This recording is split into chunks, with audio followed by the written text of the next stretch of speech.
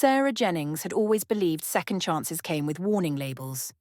After her divorce from Mark, the man who drained their savings on poker nights and left her with a 5-year-old daughter and a mountain of debt, she swore she'd never let another man close enough to hurt them again.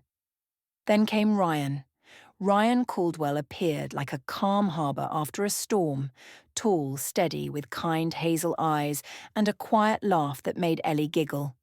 He was a contractor, good with his hands, remodelling kitchens for rich folks in Austin. They met at a PTA bake sale.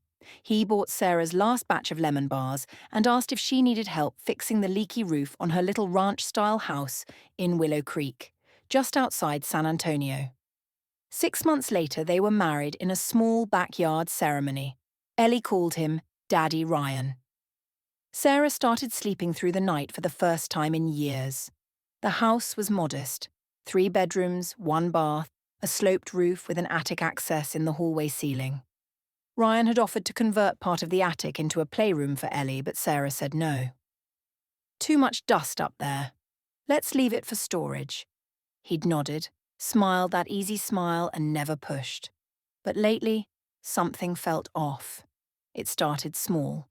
Ryan would disappear for an hour or 2 after dinner, saying he was checking emails in the spare room. Sarah would find the attic pull-down stairs lowered, the hatch open like a dark mouth. He'd come back smelling faintly of old paper and something metallic. When she asked, he'd shrug. Just organising some tools I stored up there. Then the phone calls. Late at night, his cell buzzing on the nightstand. He'd slip out of bed, pad barefoot to the hallway, and speak in low, clipped tones.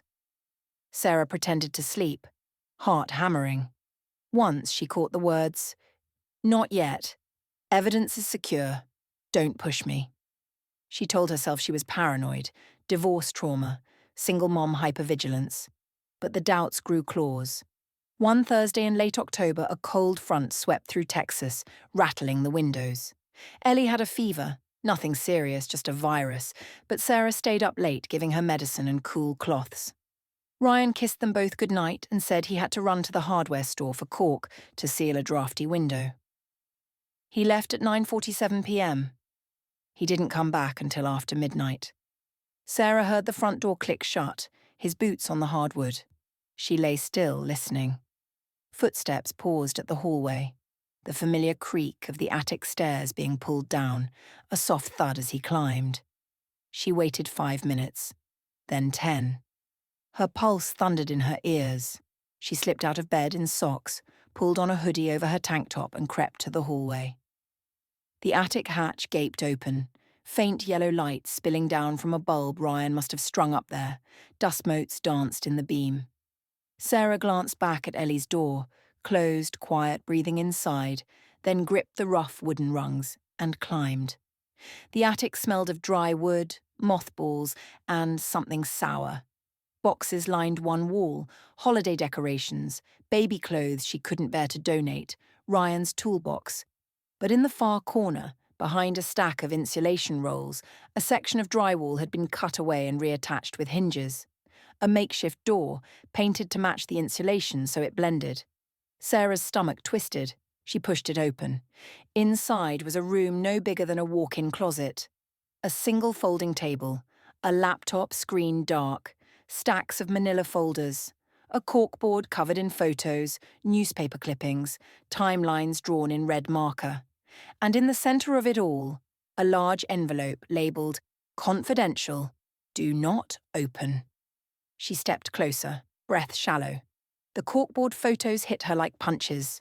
One showed Ryan, younger, maybe 10 years ago, standing beside a woman with long dark hair, both smiling at a beach. Another, the same woman, pregnant, hand on her belly. A third, a newspaper clipping from 2015, headline missing Laura Caldwell. 32, vanished from Austin home. Below it, a grainy photo of the woman. Same dark hair, same smile. Sarah's knees buckled. She caught herself on the table. More clippings, police reports, a reward poster, a court document. Ryan Caldwell, husband, cleared of suspicion after polygraph. Nobody found. Sarah's hands shook as she opened one folder. Bank statements, accounts in Ryan's name, transfers to offshore banks totaling hundreds of thousands. Photos of a storage unit in Houston, time-stamped last month. A grainy still from a security camera, Ryan loading black duffel bags into a van. Then the worst one. A Polaroid, dated 3 weeks ago. The dark-haired woman, Laura, alive, older, thinner, wrists bound with zip ties, sitting on a concrete floor in what looked like a basement. A note taped to the back in Ryan's neat handwriting. She's safe. For now. Insurance policy. Don't make me use Plan B. Sarah gagged, clapped a hand over her mouth. He hadn't killed her. He'd kept her. Alive. Hidden. The room spun. Sarah backed away, bumping the table. The laptop woke, screen lighting up. No password. Arrogant. Or careless. The desktop background was a family photo. Sarah, Ryan, Ellie on the front porch last 4th of July. Smiling. Normal. Open browser tabs. Flight searches to Belize. One-way tickets. A draft email to an anonymous account. Transfer complete. She's still breathing.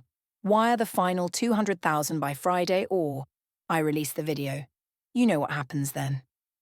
Sarah's vision tunneled. Blackmail. Kidnapping. Murder cover-up. Ryan wasn't just living a double life, he was still living the first one. She had to get Ellie out. Now. She closed the laptop, heart slamming so hard she thought it might crack ribs. She left everything exactly as she found it. Door shut, light off, hatch pulled up halfway so it looked untouched.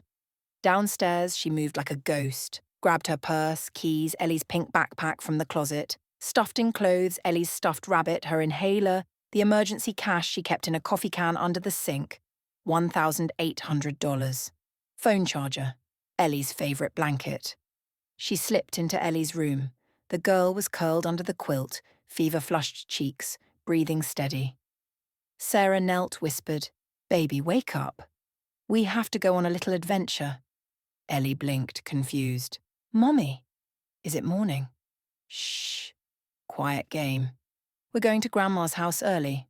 Surprise visit." Ellie rubbed her eyes but didn't argue. Sarah scooped her up, blanket and all. Ellie's arms looped around her neck, warm weight grounding her. They crept down the hall. Sarah paused at the attic hatch, still half open. No sound from above. Ryan must be up there still, working. She eased the front door open. Cool night air hit her face. The pickup Ryan drove sat in the driveway, blocking her old Honda. She'd have to go on foot to the neighbours or risk waking him. No time. She hurried across the lawn, Ellie clinging tight. Mrs. Alvarez next door always left her porch light on. Sarah banged on the door, soft at first, then harder. Mrs. Alvarez opened in a robe, eyes wide. "Sarah, what's wrong?" "I need you to call the police right now." "Ryan, he's not who we thought. There's someone he's keeping somewhere. Please take Ellie inside and lock the door." Mrs. Alvarez didn't hesitate. She took Ellie, who started to cry softly. "Mommy?" "I'll be right back, baby, I promise." Sarah kissed her forehead, then ran back across the lawn. She couldn't leave without proof. If she ran now, Ryan could spin it. Crazy ex-wife, postpartum paranoia, whatever. She needed evidence. Back inside, she grabbed her phone, switched it to video mode, crept to the hallway. Attic hatch still open. She climbed again, silent as possible. The secret room door was ajar. Light on. Ryan stood at the table back to her, sorting papers. He wore gloves. Latex gloves. Sarah's thumb hovered over record. She pressed it. The red light blinked. Ryan turned, saw her. For a second, neither moved. Then his face changed. Not shock. Not guilt. Calculation. Sarah. Calm. Too calm. "You shouldn't be up here." She held the phone steady. "Who is Laura Caldwell?" His jaw tightened. "An old mistake, before you, before us." "She's alive, you have her somewhere." He stepped forward. Slow. "You don't understand. It's complicated. She was going to ruin everything, our life, Ellie's life. I protected us." "By kidnapping her?" Sarah's voice cracked. "By blackmailing someone?" Ryan's eyes flicked to the phone. Put that down. No. He lunged. Sarah dodged, dropped the phone, still recording, onto the insulation. Ryan grabbed her wrist, twisted. Pain flared up her arm. She kicked hard, heel connecting with his shin. He grunted, loosened his grip just enough. Sarah wrenched free, scrambled for the door. Ryan caught her hoodie, yanked her back. They crashed into the table, folders flew. The laptop smashed to the floor. "Stop fighting me," he snarled. "I did this for us." Sarah clawed at his face, nails raking skin, blood welled.